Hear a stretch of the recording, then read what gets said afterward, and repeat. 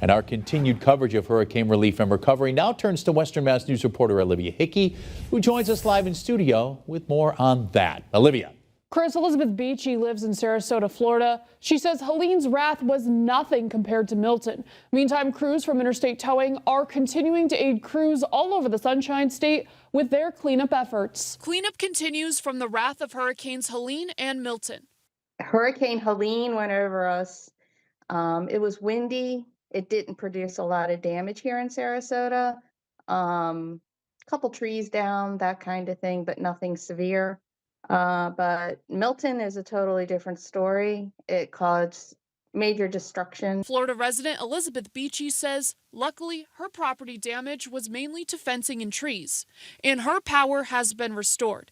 As for the nearby Sarasota Bradenton Airport, it's closed for now.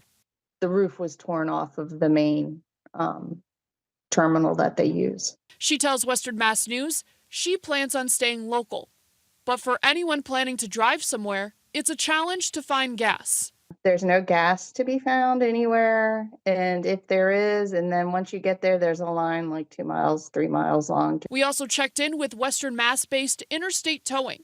General Manager Stephen Gonaville says his crews are still in the Jacksonville area, but will travel wherever they are needed. They're still running every day, 12-hour shifts, moving equipment, generators to all different parts of Florida.